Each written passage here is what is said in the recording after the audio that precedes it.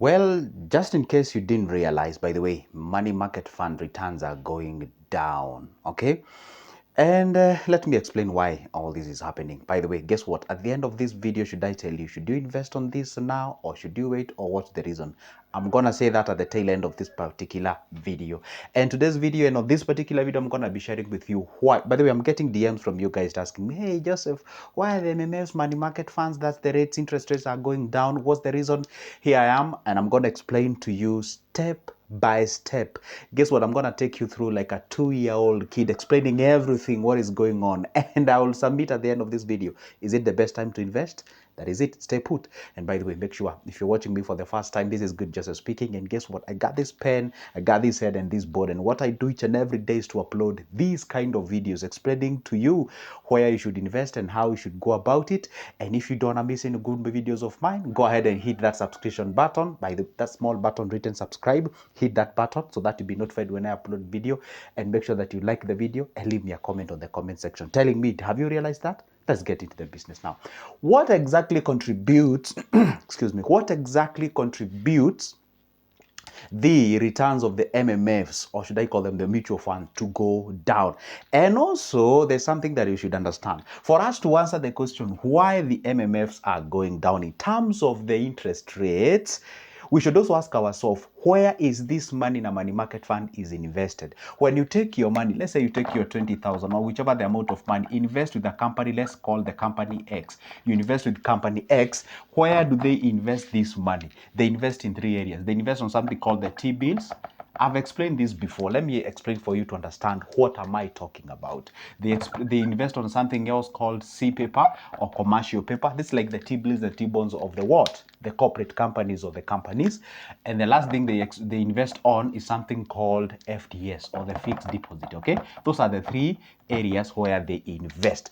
And let me tell you one thing, mostly, maybe 75%, 80% or something of the money market fund investments, they usually invest on treasury bills. And of course, unless you have been living under the rock, you have identified that the treasury bills interest rate as well as the treasury bonds interest rate is going down.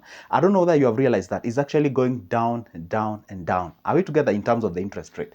Now, see, whenever we have low interest rate on the treasury bills, of course, that one has a ripple effect on the returns of the money market fund, because that is largely where they invest the money. Or you thought that you just give them the money and then they keep it and they vault? No, they take that money, they invest in treasury bills. Why treasury bills and not treasury bonds?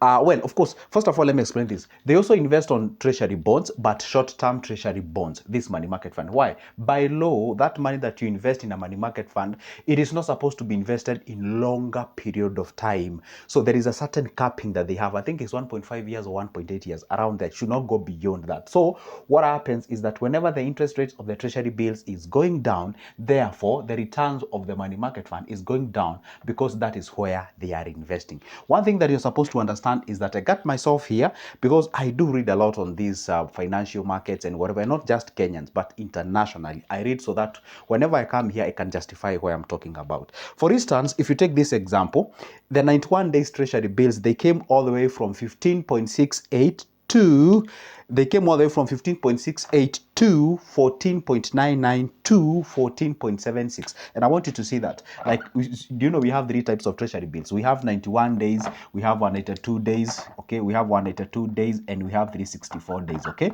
You find this treasury bills interest came all the way from 15.68 to, excuse me, to 14.99 to where it is right now is playing around 14.76%. You see that reduction, the interest rate is going down. And then with the 182 bills, they're actually shifting from 16.49 to 16.09 to around 16, around to 15.63. There is that reduction of the interest rate. I will explain why this is happening, okay? And then if you look at the 364 bills, it's actually shifting from 16.7% to 16.33% to 15.91%. So you can see there is that what we call a reduction of the interest rate. Now, what exactly is contributing all these to happen? Why is the interest rate happening? For those who have been investing on these treasury bills and bonds for quite a long time, they don't. Okay, okay. If you've been investing in these treasury bills and treasury bonds for a long time, oh my goodness, for a long time, you're supposed to understand this has not been the order of the day. Normal interest rates on these treasury bills is usually 11%, 12%. If it goes a lot, maybe say 13% thereabout. Sometimes even below 10%, even the treasury bonds. But now, like 2 or 3 years ago, some things have been happening. Actually, we had some bond that was going even for 18%. And let me tell you one secret. And I'm going to use the simplest language, not even the economics language. Whenever you realize that the bonds and the bills are actually going high, most of the people who are so smart in investment, they rarely invest, because that tells you there is no stability in the economy. The government is kind of quote unquote like needs a lot of money. I'm avoiding to use the term broke, but they need a lot of money. They are borrowing a lot. They are ready to pay more interest, for that money. It means it shows some sort of desperation. They are desperate. They need that cash. So you find that they give higher interest rate to lure you to invest. So it tells you there is something is not so good in the economy when you realize the interest rate is actually going high. But when it is actually going down, it's a reflection of the economy stabilizing. Things are becoming okay. And of course, the Central Bank of Kenya, that's like our Federal Reserve, is actually trying the best it can to make sure that it actually lowers this interest rate, because it was actually going way high to a levels where I don't want to use the term manageable, unmanageable, but at least, they just bring them to, those levels of, and that's why I maybe can explain. And I'm just speculating based on the research that I've done from the experts. And that's why something like IFB, that is an infrastructure bond, has actually been withheld for quite a long time. See, for example, the last new IFB we had was like this year, 2024, on March. We are on November, or rather, literally, we are about to go to, November. By the way, tomorrow, 26th, is my birthday, if you didn't know. But anyway, that's not a big deal for me. But I never celebrate those things, okay? Now, the point is the CBK has been trying the best it can to make sure that they lower this interest rate to the manageable levels. Another thing, if you didn't know this, right now as we speak, there is something called inflation. Right now as we speak, the inflation in Kenya is playing around, 3.6. Would you imagine if I tell you this? This is the lowest has ever been in 12 years. In 12 years. The last time we had this kind of an inflation was back in 2012. That's the time we had this. So the inflation has actually gone down to the levels of 3.6%. That is way below the government targets of around 4.5 or 4.6 or thereabout, to the levels of 3.6%. And probably that explains why the price of the gas is actually going down or something also. But I know Kenyans can actually come and crucify me on the comment section. You are saying the economy is doing good and you don't have money. Listen, the economy of Kenya has been growing by the rate of 5% for the last decade, for the last 10 years. The GDP. But now there are a lot of parameters that are used to define the economy of a given country. So we have the GDP per capita, GDP nominal, we have the HDI, we have the Gini, whatever, the spread of that wealth there. For example, South Africa is known to have the biggest wealth gap between the rich and the poor in the world. I think it's the South Africa or South Sudan, something of those two countries, okay? So the point is, one thing that you're supposed to understand, the inflation has actually gone down. So it means that the macroeconomy is actually performing better. Again, guys, take that with a pinch of salt. That is what the research is saying. That's not me. That's the research that I've done. And I've also consulted from the experts. Maybe that one may not be reflected for everyone, because nowadays and right now people are complaining about the what we call the businesses are not doing good. The taxes are increasing. Banks are complaining about the NPLs. That is the non-performing loans. If you didn't know, NPLs, okay? NPLs, non-performing loans. And of course, when you have a lot of non-performing loans, it means, and if the problem was these loans were issued unsecured, then of course it means the bank's going to experience some problems. I don't know whether I'm going too much into the economics. I hope you guys have not left you along the way. I was explaining why money market fund rates are actually going down. And I was explaining the reason to that is because the treasury bills rates are going down. And the reason why treasury bills rates are going down, it is because the inflation is going down. Well, and of course the microeconomics is also showing good kind of a thing. And of course the other thing is that the Central Bank of Kenya, or the CBK, they revised the interest rate. I think it was around 12.75. I think now we are playing at around 12.5%. Again, it depends on when you're watching this video. The interest rate is actually going down.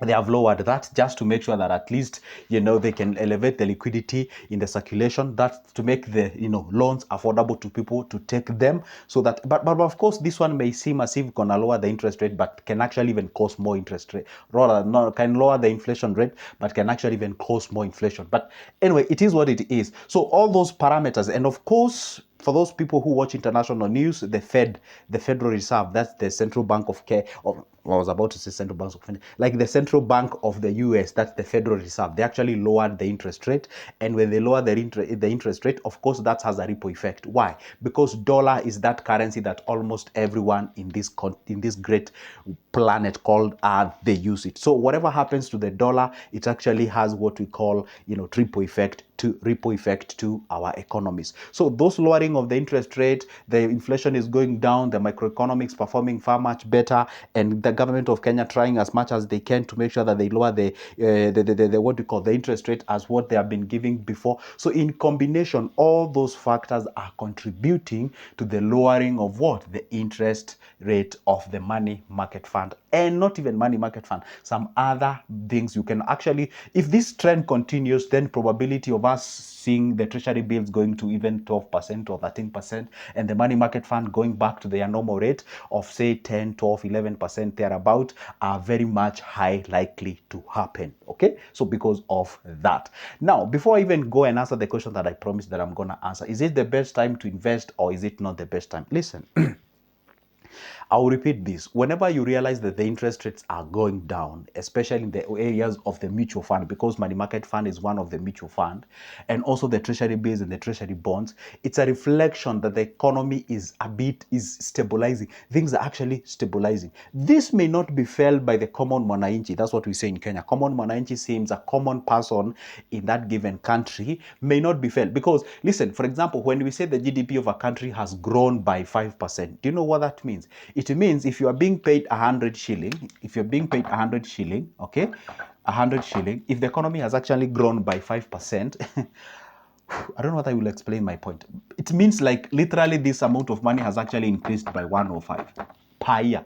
So it means there is an increment of 5 shillings each and every year to your money. So you may not really realize an increment of that. But the moment you realize that there's an increment of that, maybe you double your salary. That's the time. But how long will it take to accumulate the 5 until the whatever doubles? Okay. So anyway, that's a layman's way of explaining, but there is other better complicated way of explaining it. And I don't want to use those terms, so I don't want to lose you along the way. So the point is the GDP can actually grow, but then you realize there is a spread of the wealth, the gap between the rich and the poor, you find that is so big. So when the gap is so big, you might find a country that has a big, for example, let me use the South Africa. Find that South Africa is, I think it's the second biggest economy in Africa after Nigeria, or maybe third after Egypt. Those are like the giants of economies in Africa, the South Africa, Egypt, and the Nigeria. So you find like if there is a lot of wealth. For example, in South Africa, you find it has a big GDP, but the gap between the rich and poor is so vast, it's so big. There is no spread of that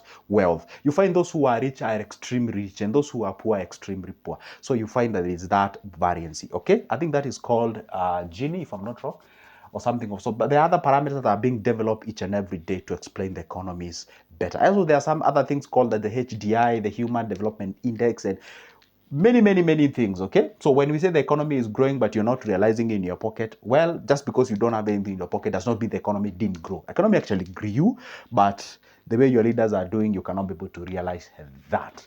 Wow, I really hope I was fair to that video. Maybe I used a lot of terms, maybe you didn't get it, but the point is just get this. The interest rate is going down because this interest is actually going down. And of course, when you see a lot of NPLs, non-performing loans, it tells you that guys are unable to pay their what?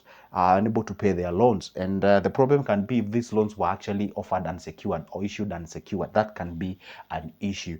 Of course, the inflation is actually going down. And of course, one other thing that I forgot to tell you guys, it is because the shilling is actually stabilizing. So should you invest or should you not invest at this particular time? You should invest. I will say that with the capital letters. Yes, this is the best time to do so. Listen, let me tell you one secret. Whenever you realize that people are being sold this fear, oh, don't invest, don't do this, don't. When everyone is showing off from the shop, that's the time to go there. That's the time you get the good deals.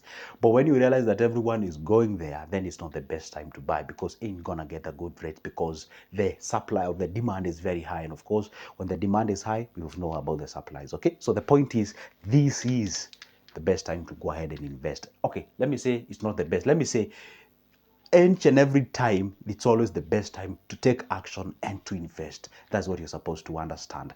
You know what? By the way, if you didn't know this, and I'm going to leave you this as a discount. Whenever these interest rates are actually going, do you know when the bills and the bonds interest rates was around 17, 18%, most of the wealthy people were not investing. I don't know whether you know that. Yeah, they were not, because they were like, that's too good to be true. Okay, maybe government is broke. That's why they are really giving us that a lot of money for us to invest with them. So let me just step aside and see whether they will actually stabilize. And the moment the interest rate goes to the logic levels, they're like, okay. By the way, do you know what it means when the interest, the bills and the bonds goes down? It means the government is like, we are okay. We may need, but we don't really need it. But if you have it, then we can take it. You get what I'm saying, So yeah, that is exactly what goes by. And the moment you realize the interest rates are going down, it means that the economy is actually stabilizing. And then this is the time you find the wealthy people are actually buying those bills and bonds. I was actually reading a paper, and it was saying 70, I think it was 76%. 76% of all the government securities, especially the bonds, yeah, are actually individually held. I don't know whether you understand the meaning of that. 76% of all the government securities are issued here in this country. It is actually held by individuals. There are individuals who have invested, not even in financial institutions like banks. No, it is actually individuals who have invested in that particular thing. And for me, if you ask me, based on what I understand, I think that's a good sign. That's a good sign, because I used to think like banks and the financial institutions are the one that are actually holding those big bonds, but they're saying 76%. That's a good sign. Anyway, that's good just of speaking. And just like I promised, I answered the question. And if I did, go ahead and leave me a comment on the comment section. For now, it's a goodbye. But don't forget this. This is me, and this is what I do each and every day by God's grace and favor.